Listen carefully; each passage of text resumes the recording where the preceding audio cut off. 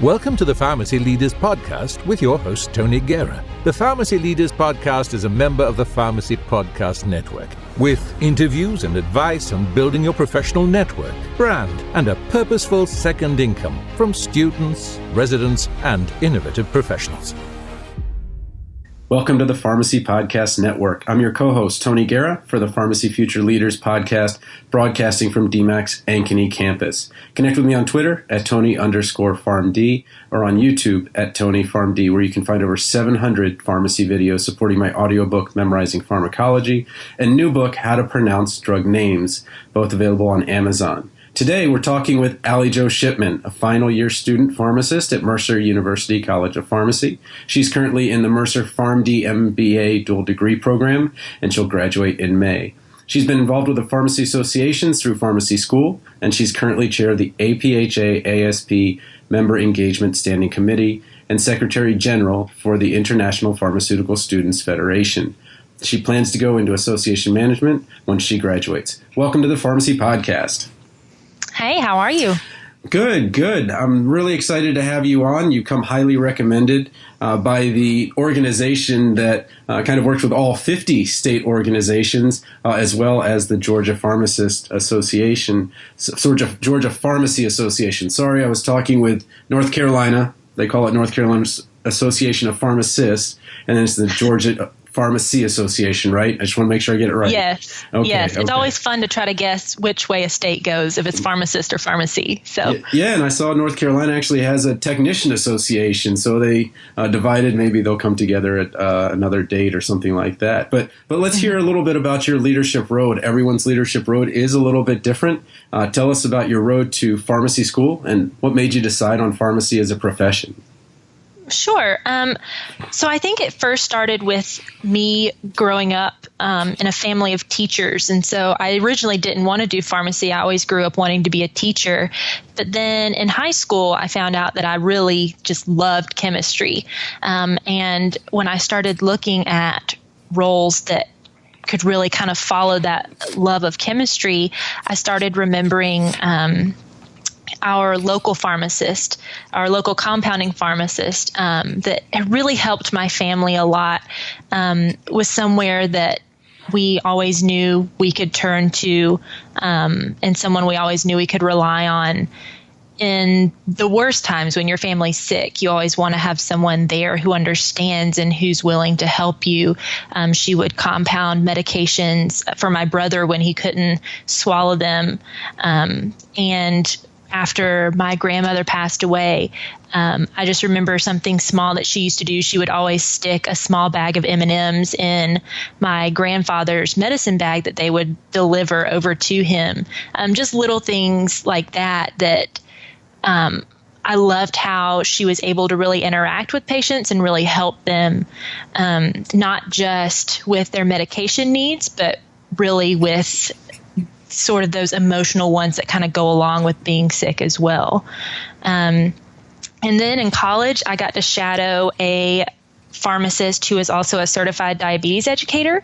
I got to shadow her in a free medical clinic, and that's kind of when I really got hooked on pharmacy and was seeing what all pharmacists could do for patients and how they really were the most accessible healthcare providers. And that really stood out to me and was something that I wanted to do with my life.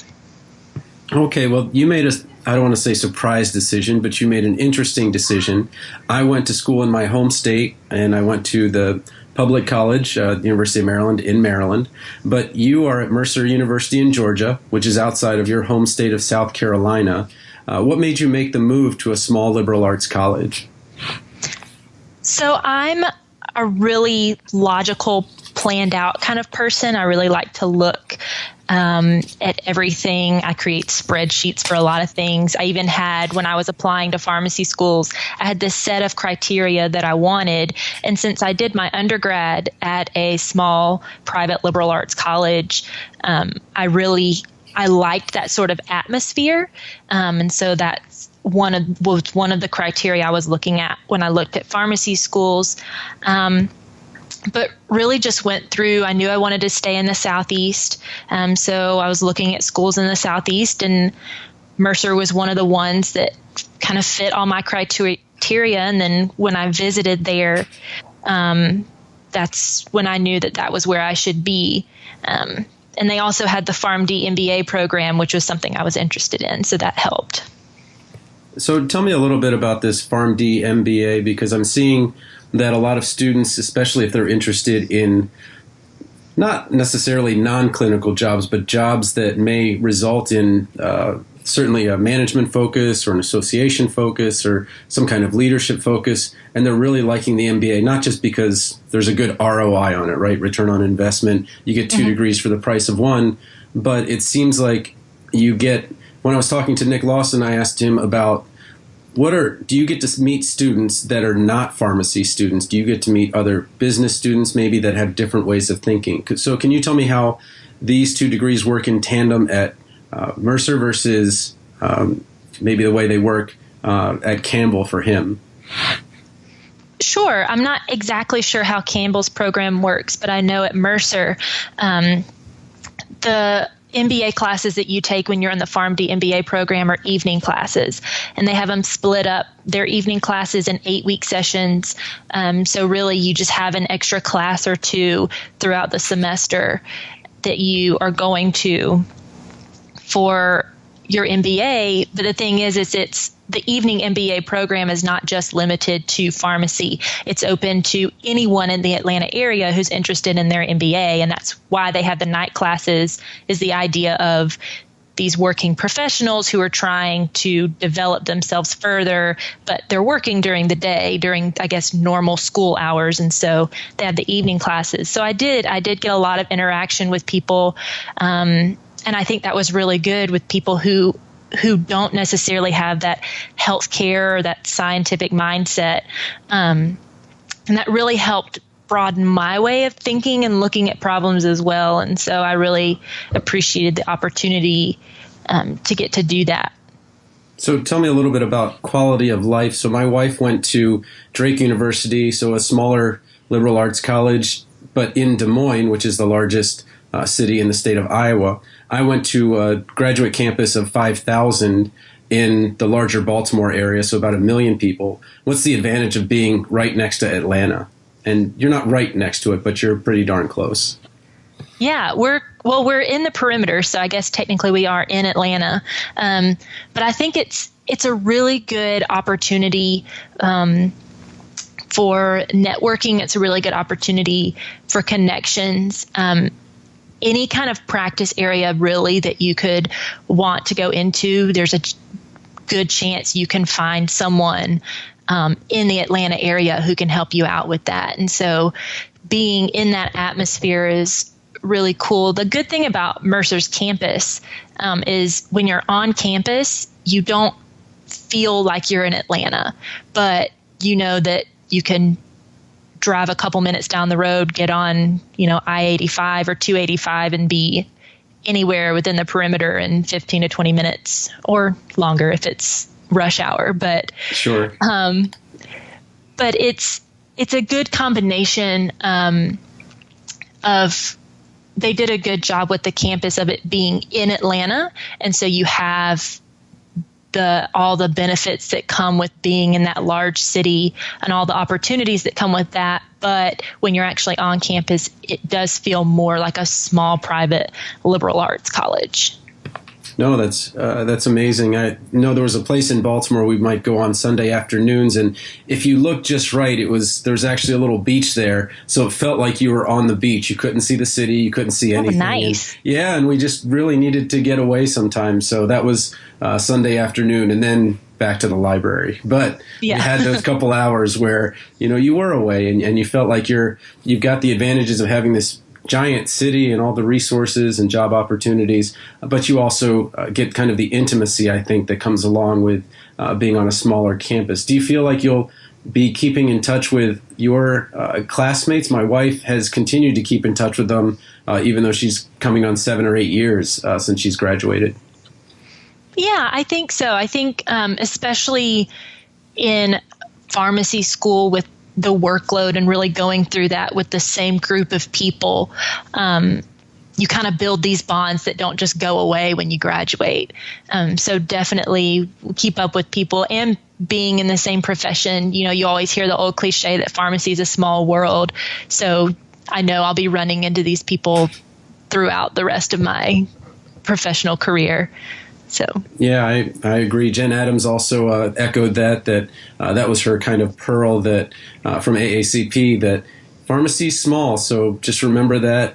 Be nice if you do leave something, make sure you leave it well, and things like that. But let's talk a little bit about this association management that you're involved in. Tell me the difference first, because not everyone might know the role of the association and the role of the Board of Pharmacy and their scopes of practice, and then maybe some crossover. Yeah, I think the easiest way to explain it is Board of Pharmacy focuses on what you should be doing as a pharmacist to improve public health and patient care, licensing, rules, regulations, that sort of thing. And then the association looks more at what you could be doing. Oh, so I love that. So they're developing policy, they're providing education for the pharmacist, networking, bringing legislation, that sort of thing. And so I think they have to work in tandem, right? You have to have both of them. You have to both be doing what you should be doing, but also it's really important to kind of look to the future. And so I think having associations help you look to the future, and then Board of Pharmacies making sure you know what you're doing in the present and having them work together is really important. Now, you said you came from a family of teachers, and in terms of association management and going down to legislative areas, I'm from Washington, D.C., so we would sometimes go down to the national senators, or then we would go to our state senators in Maryland. Tell me a little bit about how teaching fits in. We'll talk about your APPE rotation in a second, but tell me what it is to speak to a legislator, or what is it that you're trying to get ready? Because it seems like it's the ultimate lesson plan to create an education initiative for the legislator when you're preparing for months to speak maybe to them for half an hour, I don't know. Can you tell me a little bit more about that? Yeah, I think it's actually very similar, like what you said, to teaching. For teachers, you really have to meet your students where they are. And you also know that you have a finite time in which to do that. The days are only so long, the school years are only so long, and you have to make sure they understand all of the information that's required for them to know. And I think it's similar with legislators, is you have to understand, you have to do a little bit of background research, see what their backgrounds are, where they're coming from, what they might already know, or are you starting from scratch and you have to teach them, everything about the pharmacy profession and what's happening with patient care and how pharmacists can impact that. And then also knowing sometimes you can get a little bit longer with legislators, but I know they're crazy busy running around, going to different meetings, doing everything. And I think also understanding that you have to pick the most important things that they can remember, because you might get only 10 to 15 minutes with them. If you can get half an hour, that's great. An hour, that's incredible. But really, you're typically going to get those 10 to 15 minute time blocks, maybe even in between meetings. So really trying to figure out what they know and what you need them to know on top of that. It helps prepare. So it sounds like unification, and we can talk about that in a little bit, but being unified in your message before you even go down there, so that having that legislative teaching in the morning to the people or the students that are going to go on legislative day, and then actually talking to them in the afternoon. Well, tell me a little bit about this rotation you were in. Mercer does 5 weeks. I know there's 4, there's 5, there's 6. Does Mercer do 5? Yeah. Okay, so we do 5-week rotation. Mm-hmm. Tell us what you did on a day-to-day and week-to-week basis, and tell us when you did the rotation, because it is very different depending on when in the year you do it with an association. Exactly. And that was going to be one of the things that I pointed out, was it really depends on what time of year that you're there. And so I actually had the opportunity to do 2 electives. Mercer gives you 3 electives, and I got to do 2 of mine in association management, one on the national and one on the state level. And so when I was doing the one on the national level with APhA, that was when we were gearing up for our mid-year regional meetings. And so it was a lot of meeting planning. It was also right in the middle of the really membership recruitment season. And so looking at all of that, helping with membership. And then when I was at GPHA, I was there really end of November into December. And that was when we were getting ready on the state level for legislative session, because Georgia has a short session. And so by March, really, all the legislative activity for Georgia, the main part is over. And so really gearing up, getting everything together and planned for Georgia for what we wanted to bring, or crafting the message that we wanted to tell our legislators, and that sort of thing was really more what I was involved in. Okay, so you'll have a good grasp of what their legislative priorities. You kind of have to decide them maybe a little bit earlier than some other states if you have such a short session. Now, in Iowa, I believe a board elects our CEO for IPA, the Iowa Pharmacists Association, who then creates her team, and then that team moves things forward. How does the Georgia Pharmacy Association set their priorities for that legislative session, deciding what they want to say, and then educating the students on educating the senators and representatives there? Right. They really, I guess, starts with the members. So they send out, if you go way back to where everything starts, they send out the annual call to their members saying, hey, what are the issues? What do you want us to focus on? Since we represent you, what's most important to you in your practice in the state of Georgia? And then from those responses, we really have our VP of Public Policy and the CEO and the board of directors working on crafting, figuring out what the top issues are, and then crafting it from there to what the message is going to be that's given to the legislators.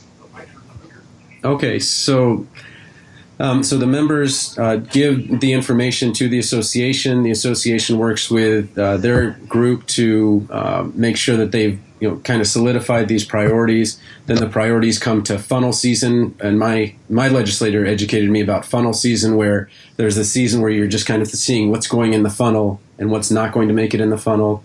And then comes the real battle, which is what are we actually going to get through the legislature, and then how is your legislature set up now? So we are Republican. Are you guys similar, or are you guys more House divided right now? Georgia is right now is Republican, which is not a surprise. It's been that way for several years, actually. But that does make it easier in some aspects. But it's also, you have to remember that you want pharmacy legislation to be bipartisan. And so you can't just forget about the other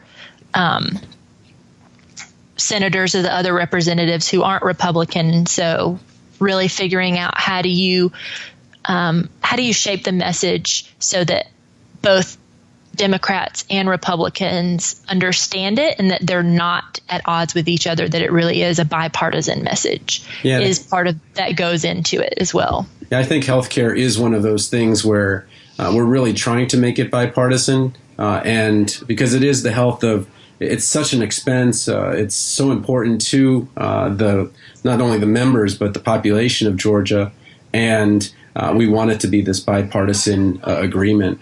Well, let's shift a little bit away from the kind of legislative section and go on to APhA. There's going to be a national meeting in San Francisco. There's a countdown timer on the website. Play devil's advocate a little bit here. why would I go to San Francisco? What am I going to get out of it if, I'm a fourth-year student like you? Gosh, there's just so much that you could get out of it, I guess, because I've been every year in pharmacy school. It's trying to pare it down in my head to the most important points, like what we were talking about earlier. But I think really the main thing with these meetings is all of the networking and connections that you can make. You're going to have pharmacists from all practice sites, not just in your state or not just in your area that you might meet through your rotations, but all over the country. And even internationally as well. I know last year you had students from the International Pharmaceutical Students Federation. So you had students from all over the world who were there as well. So you really get that networking and connection in. You get a lot of educational opportunities as well. So if you're interested to see where pharmacy practice is going, in really any setting you can think of, there are a ton of educational opportunities. You might not need the CPE credit, but you can still sit in on the meetings and still learn. So that's a great opportunity. And then I think really just, especially as a fourth year, around that time, you're getting close to the end of your rotations. You want to connect with those friends that you've made in pharmacy school. And so having fun as well, getting to go to San Francisco, it's a great location. Getting to go to San Francisco, really spend time and enjoy those last few months as a student pharmacist, kind of soaking in everything that you can, and getting to spend time with those friends who either do go to your school of pharmacy or don't. I know I have friends at many pharmacy schools because of my involvement, and annual meeting is one of those places where I get to see them every year. So really reconnecting to old friends and peers that I've met throughout my time in pharmacy school. No, I have to agree with you. I've been to a number of APhA meetings, and if I make it to this one, I submit to my dean, and then my dean tells me how much they'll pay. But Sunday, I think, is the rock and roll half marathon, and I know at least 13 or 14 pharmacy attendees are going to go do that. So that might be a neat way outside. And you talk about having fun, and that's what it really is. It's connecting, but it's connecting after the 9 to 5. The educational sessions tend to be, 7 to 5 maybe. But then afterwards, There's always the meetings within your state association or by state or by college. And then there's a ton of connection. Well, there's something I don't know a lot about that was in your background, which was the Summer Leadership Institute, APhA-ASP. How would somebody be selected? And then I saw you had been there more than once. So I'm just not familiar with the Summer Leadership Institute. Can you tell me a little more about it? Sure. So the selection really happens on a chapter-by-chapter basis within APhA-ASP. So APhA-ASP has a chapter at each school of pharmacy, and it really depends on how that chapter wants to select their representative to go. But I know they also have alternate spots where schools of pharmacy can apply to send alternates and to send additional members as well. And those are kind of accepted on a first come, first served basis after the main spots are filled. But it's really a great way to connect. Most of the time it's chapter leaders. And then you also have your regional and your national officers within APhA-ASP who are there as well. But it's a great way to learn more about yourself as a leader. They do a lot of personal leadership development. And then there's a lot of kind of leadership and management skills that really benefit the chapter leaders as they're going into this new role in this new year that they can really use to help guide their chapters. I think one of the reasons I went multiple times was not just because of the different leadership positions I held, but also because there's always a little bit different dynamic every year because you have a different group of people. And so getting to meet those different people, getting to see the new wave or the new group of leaders coming up and getting to know people, like I said, getting more of that personal leadership development. It's always fun to learn a little bit more about yourself and your leadership style. So even though some of the messaging is the same from year to year, there is still a lot that changes, especially the people and getting to know more of the people there. I think that's what's so satisfying about being in a teaching position is that you get to see a new group each year. You get to watch them develop. I only get to watch them for a year, but I think that is part of, kind of the draw to teaching. But tell me a little bit about what you're going to do when you're done. I expect that there's an Excel spreadsheet somewhere in this question, but you're graduating soon. APHA's New Practitioners Network is out there. How would that fit into your future, or how are you kind of approaching the future with the possibilities that you've had as a national leader? So I definitely want to stay involved in APhA and the state association wherever I end up, other national associations as well that I'm involved in.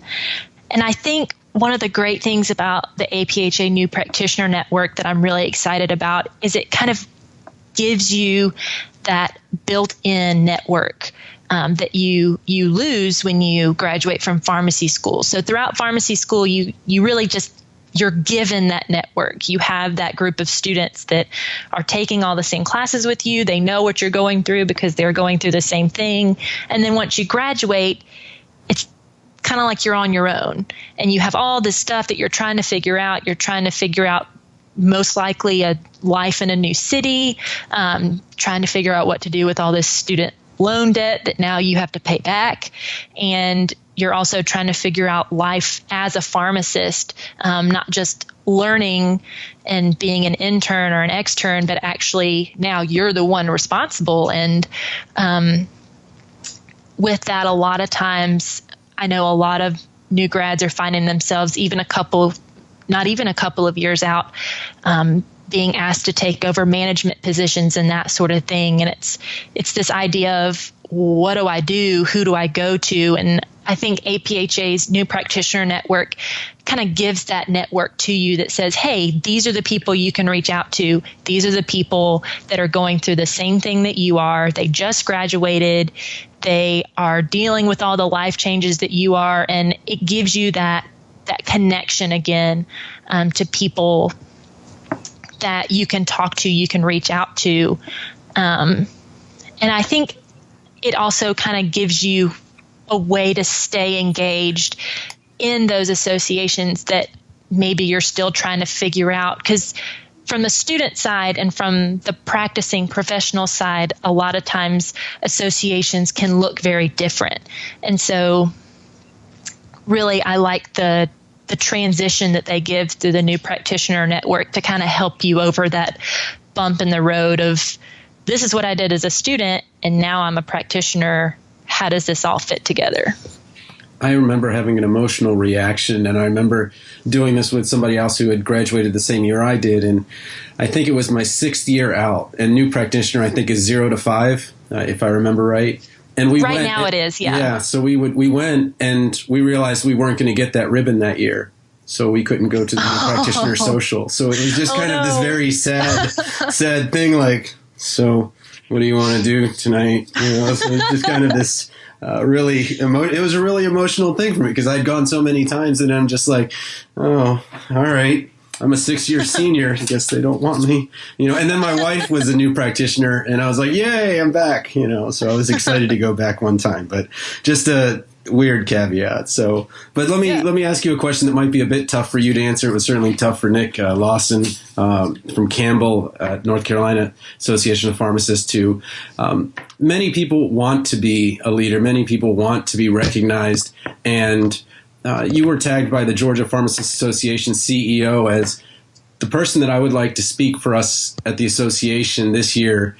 You've got to talk to Allie Jo. So what do you think made you stand out that somebody else could maybe learn from so that they could stand out maybe next year or the year after that as a leader who wants to be one? I think you're right. It is hard to figure out, exactly why I was tagged as a leader. But I think if I could kind of go with this question and what I look for in people when I'm looking to see if they're going to be a leader, if I could rely on them for things, is more that they take initiative. And this is something that I try to do, is really to take initiative to learn and to solve problems. And so being that person who says, I recognize that this is an issue and let's try this method. And if this method doesn't work, say, okay, let's go back to the drawing board and take initiative to try this method or this solution.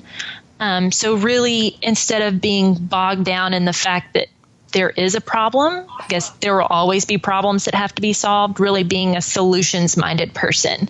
And I always, I guess, work to try to be a solutions-minded person, but also someone who tries to be more proactive than reactive. And I think that's something that I've seen in a lot of people that I personally would call leaders, are those people that, again, kind of are looking forward and saying, okay, what do we need to do now to prevent problems or to set us up for success in the future? Yeah, these are the soft skills that people talk about, and I hate the term soft skills because it makes it sound like the person is soft when it's the exact opposite. This is the exact person that you want because they're consistent and they are solutions-minded. Okay, this happened. What are we going to do? And they're not busy griping and all of these things. And it also makes for a good APhA student as well, these kinds of initiatives. And it's like, oh, that's really interesting.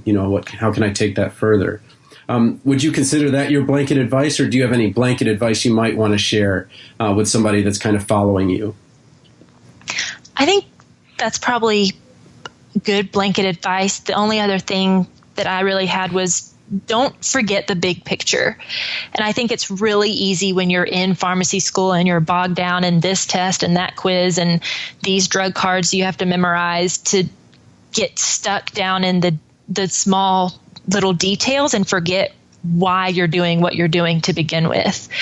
And I think that's something, especially, at least for me, that associations really helped with, going to those meetings, being a leader, being on committees, being involved, getting to meet people who had crazy, amazing ideas for the future of the profession and getting to talk to them. So you get more of that big picture. It helps remind you why you're in pharmacy school, why you're doing what you're doing. It's not just about memorizing this and understanding the clinical implications of that, but really understanding how that all fits into the profession of pharmacy as a whole and how the profession of pharmacy can help improve healthcare and patient care. So I think finding a way, and for me, associations were the best way to do that, getting involved in associations. But finding a way to not forget the big picture of why you are where you are right now. I think especially when the national meeting is in a different time zone or different geographic region, there was something about the first meeting I went to, which was in Seattle, that the environment was so different than back east that it just was, you couldn't think, all right, well, while I'm going up the Space Needle, I'll have time. Let me just get through top 200, number 40 through 60. You just Exactly. it just doesn't happen. So when somebody drops into San Francisco, I imagine that there's going to be okay, just let that go. And then Exactly. Let's take some time off and catch up. Well, I know people would want to contact you. What is the way that you prefer to be contacted? We can put that contact information in the show notes. Sure. Email is always really good for me. So Allie Jo Shipman at gmail.com. It's a benefit of having a pretty unique name is I don't have to have any kind of weird Gmail address. Well, ALLIE, right? So yes. we just want to make sure we got that, okay? Mm-hmm. And Facebook is probably if you send me a message on Facebook, really any way. If you somehow end up with my cell phone number from someone who knows me as well and you want to text me, I'm not going to freak out. Like if you want to get in touch with me because you have a question, email and Facebook are generally the best ways to do it. But if you find me on LinkedIn, I'll answer that as well. Okay. So. And then what's your best daily ritual to keep your work on track? I expect that something from Microsoft Office will be here, but maybe not. I'm actually a written person. I love the actual physical planner. I know. I'm a list person as well. And so I just started this thing. We'll see how it goes, but it's called bullet journaling. Mm-hmm. And I like it because it helps me keep all of my to-do lists and all of my random thoughts and everything compiled into one notebook. So that's kind of what my best daily ritual is right now, is I typically check my notebook every morning when I get up, and then every evening before I go to bed, or every night, I guess, before I go to bed. That's kind of what I use to keep my work on track. Well, I'm excited that one day that bullet will be graduation day. So that'll be very soon. What's the best career advice you've ever received? I think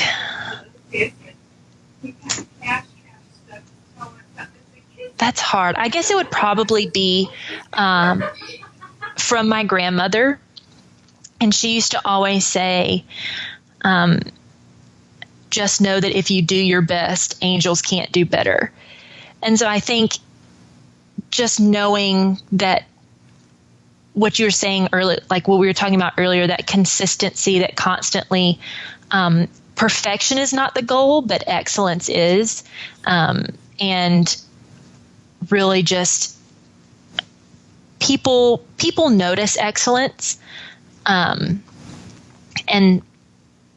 staying connected to those people also just really helps you move forward, I think, in your career and in life in general. I've heard that you're the sum of the 5 people you hang out with. So maybe that when you're around excellent people, you're driven to be excellent as well. Well, what inspires you? Yeah. I would say the thing that inspires me is potential. So if that's in a situation or if that's in a person, if I see the potential for something, I want to see that potential fulfilled. So if that means that I'm mentoring a person because I see something in them that I think is really worth developing, and that I think they could do a really good job in a certain area, then that means I mentor that person. Or if I see a situation that I think has the potential to really improve something as big as a profession, or even just improve that, maybe how the workflow occurs in a pharmacy, that's something that I'm going to want to work on. That's something that really inspires me, gets me going, and kind of keeps me engaged. No, it's really I understand. Like the potential. I'm hearing the continuous and never-ending improvement. Yes. Well, Allie Jo, I really appreciate you taking the time to be on the Pharmacy Podcast. I know you're super busy, and I appreciate you taking the time. Thank you so much. Absolutely. Thanks for having me. Support for this episode comes from Goodnight Pharmacology, 350 brand and generic name drugs with classifications, a leading resource for students in the United States, United Kingdom, and Australia. Print, ebook, and audiobook available on Audible, iTunes, and Amazon.com. Thank you for listening to the Pharmacy Leaders Podcast with your host, Tony Guerra. Be sure to share the show with the hashtag #PharmacyLeaders.